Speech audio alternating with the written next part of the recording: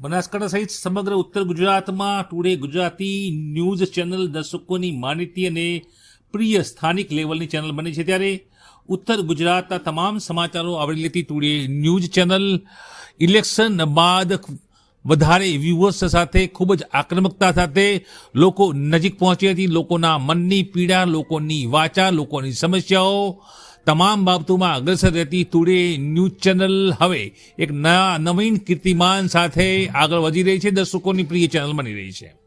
અત્યાર સુધીના વ્યુઅર્સનું કાઉન્ટ કરતાં 1 કરોડથી પણ વધારે વ્યુઅર્સ ટુડે ગુજરાતી ન્યૂઝ સાથે જોડાયા છે, સમાચારો સાથે જોડાયા છે, ટુડે ન્યૂઝના સંવાદદાતાઓના અહેવાલો સાથે જોડાયા છે. ત્યારે આ મોટી સફળતા કહી શકાય. 1 કરોડ જેટલા વ્યુઅર્સ જ્યારે ટુડે ન્યૂઝના વાચક બન્યા હોય, દર્શક બન્યા હોય, ત્યારે આપ જોઈ રહ્યા છો તે રીતે એક આ સેલિબ્રેશન થયું હતું.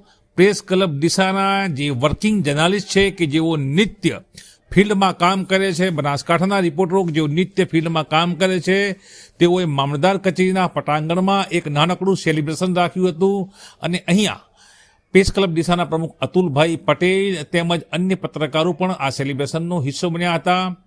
2 કાર્યક્રમ રાખવામાં આવ્યા હતા. પ્રથમ કાર્યક્રમમાં ટુડે ન્યૂઝ ગુજરાતી 1 કરોડથી વધારે અત્યાર સુધીના વ્યુઅર્સ તેનું એક સેલિબ્રેશન હતું. કેક કાપવામાં આવ્યો હતો અને મેનેજિંગ ડિરેક્ટર રીના પરમારને તમામે હાર્દિક શુભેચ્છાઓ આપી હતી. મોઢું મીઠું કરાવ્યું હતું અને શુભેચ્છાઓનો વરસાદ વરસ્યો હતો.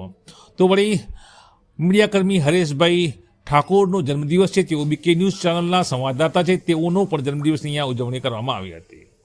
આ બંને કાર્યક્રમો પ્રેસ ક્લબ ડીસા પ્રમુખ અતુલભાઈ પટેલ તેમજ પ્રેસ ક્લબ સભ્યો દ્વારા યોજવામાં આવ્યો હતો. તમામનો ટુડે ગુજરાતી આભાર માને છે.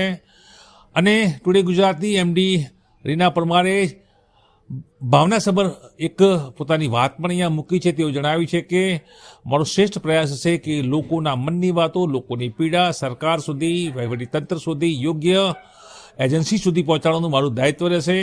અમે જે પણ અમારી પાસે આવે છે અનકટ લોકોની વાત સરકાર સુધી માધ્યમ બની પહોંચાડીએ છીએ અને લોકોનો આ સહકાર છે. 1 કરોડથી વધારે વ્યુઅર્સ ટુડે ન્યૂઝની એક મોટી સફળતા છે. નમસ્કાર.